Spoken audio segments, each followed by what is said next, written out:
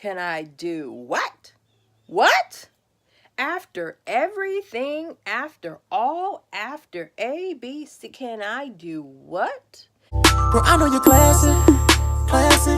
Tonight I want you to get ratchet. Tonight I want you to get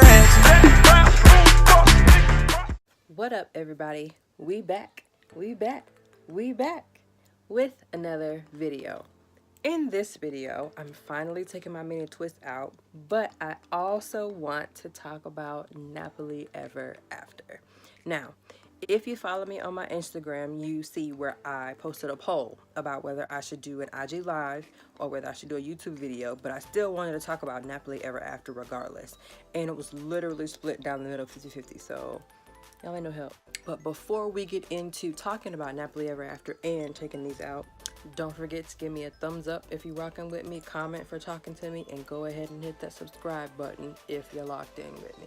If you have not seen Nappily Ever After, you might want to go watch it before you watch this because I got some spoilers in here for you.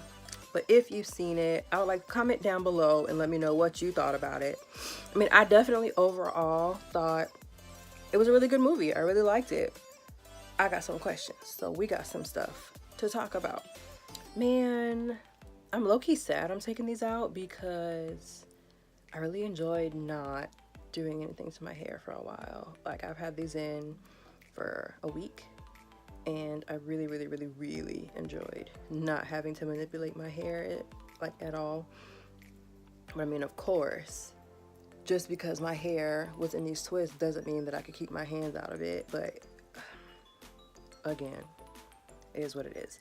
But Nappily Ever After. So of course, you know, it starred our girl, Sanaa Lathan. And I know that everybody and their mom is obsessed with Love and Basketball. I, for one, feel the movie is overrated. Sorry, not sorry. But yeah, I think Sanaa Lathan did a really good job. As per usual. I think all of her movies are pretty good. And then it also starred everybody's mama. And of course, when I saw her, like, I didn't even have to see the movie to know that if she is this girl mama, then you know somebody's got some psychological damage somewhere. I don't know why she always gets those parts like that, but she's good at them. You know, I just see her in the Medea movies. I mean, and apparently I don't even watch Greenleaf, but apparently in Greenleaf, she's pretty much the same. Eve's Bayou. Listen, you little ingrate. She is a piece of work, apparently, wherever she goes. But as soon as I saw her, I was like, oh man.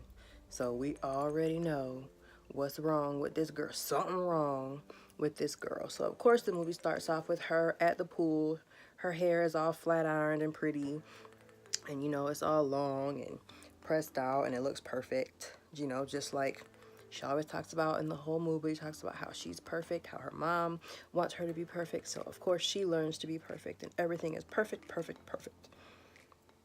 But they're at the pool. She's watching all the other kids of the other persuasion running around and playing. You know, their hair is just doing whatever they want to do. They're running around. They don't care nothing about getting wet or anything like that.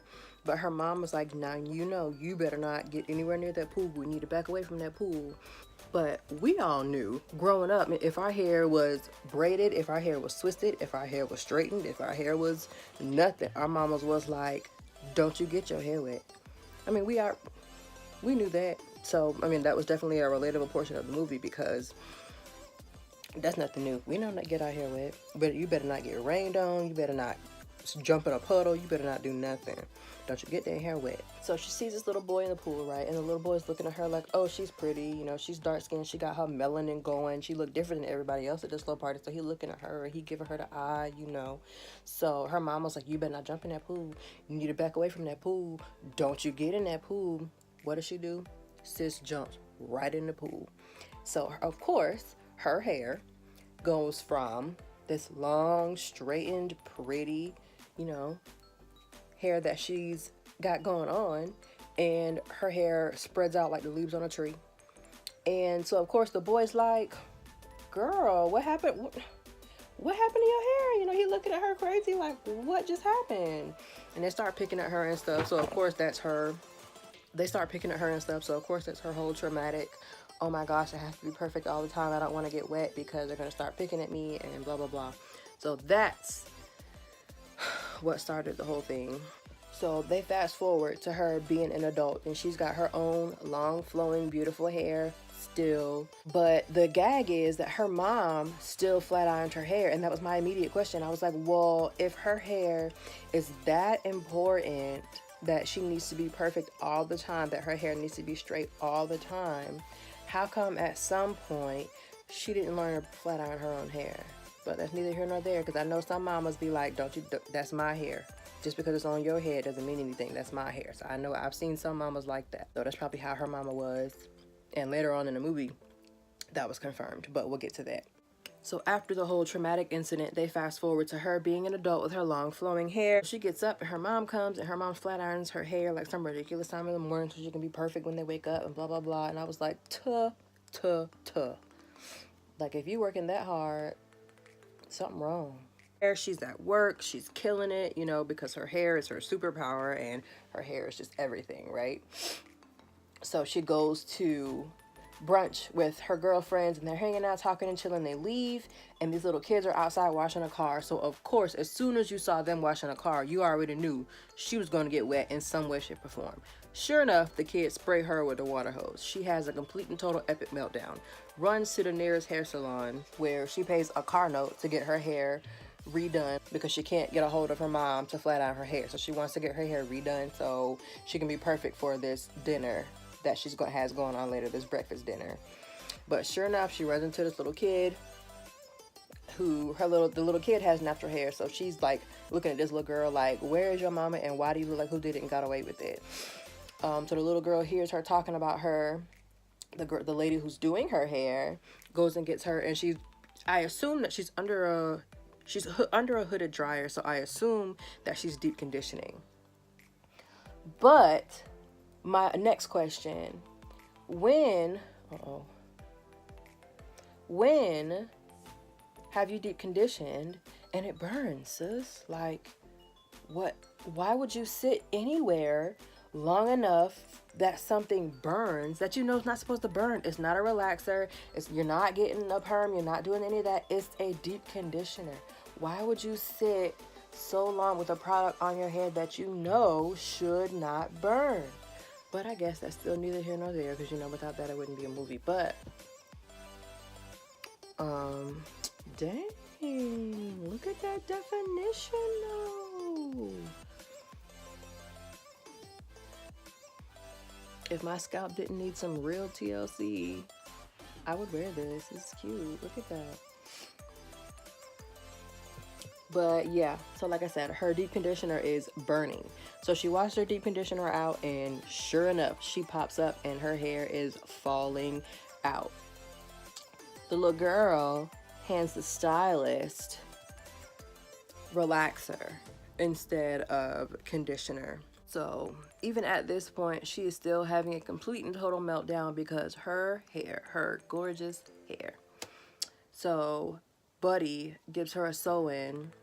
I assume it was a sew-in, a Trax or something because it wasn't a wig. But they go out and he stands up and he makes this humongous grand gesture. He stands up and he's like, oh, what do you get? The perfect woman, blah, blah, blah. So everybody's like, oh, this is the perfect time for him to propose. Everything looks so nice. Her family is there. So he gives her the box that she found, right? And she opens it and it's a bracelet. And she was like, what is this? So mind you, me not having any sense, I was rolling, okay? I was dying because I was like, that's what she get. He got her a bracelet. And then he was just like, oh, well, this should help answer that question. And he brings out an even bigger box, right? So of course everybody's like, oh, there it is, there it is. Here we go. Okay, showtime, drum roll. Yep, let's go. Opens the box. It's a whole dog in a box. Little chihuahua. I died. Oh, I died. And the bracelet wasn't even for her. It was a collar for the dog. She didn't get nothing. She got a dog. She got a little Fifi. Oh, that was the funniest thing I've ever seen in my life. That was hilarious. Hilarious. Of course, she was peeved. She was so mad. So they go home and she's all like, bruh, you were supposed to propose. Why? Why? Why do I have a dog right now? And he basically tells her, you're too perfect, and I don't even know you, so whatever. So of course, she's like, oh bruh, well, sucks for you, get out. He leaves. She's at home all depressed, all drunk, and something possesses her to shave all her hair off. She finds she's packing his stuff, she's drinking, and she goes in the bathroom and she finds his clipper. And right when she sees his clipper, she decides that she's gonna shave all her hair off, well, all the rest of her hair off. And then she goes to bed. Wakes up the next day, all her hair is gone. She has a heart attack. Her mom comes over. Her mom literally passes out. But then, of course, the inevitable happens. At first, she's uncomfortable with her short hair, which everybody's uncomfortable with their short hair when they first get it cut, because nobody knows what to do with that. You go from knowing your hair the way you know it, the way you've always done it, and then your hair is completely different. It's completely different length. You don't know how to style it. You don't know how to wear it. You don't know anything. So the inevitable happens. She learns, of course, she learns how to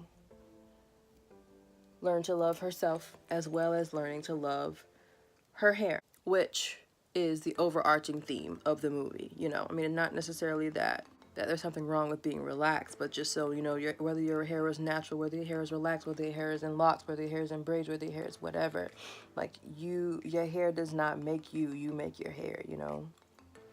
That's pretty much the overarching theme of this movie, that you love yourself no matter what. You do what makes you happy, not what makes other people happy. But the one line in this whole movie that had me shook was when she was talking to the guy who owned the salon, and he was like, didn't the hum of the clippers sound like Harriet Tubman calling you to freedom?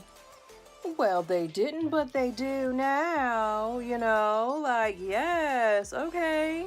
I don't know about all of that, but he made it sound good. But once she finally learns to own her hair, and she has to own her new look, she has to be who she wants to be, she has to make herself happy. Of course, once you move on, then Dr. Romeo wants to slide back into the picture, and she allowed him, I do have to point that out, she allowed him to come back after everything, and he slid right back in. Then of course thinking, oh, she's a completely different person now, she cut her hair, she's all around dancing, and she's more fun and everything. So then he actually proposes to her. Everybody's so excited. So of course they have their engagement party, right? So they're getting dressed. Dr. Romeo has the audacity to turn around to her and was like, hey, so I need everything to be perfect, so can you straighten your hair? Can I do what? What? After everything, after A, B, C, can I do what? And of course, that's what you think is going through her head. And then she's just, all, oh, yeah, sure, okay.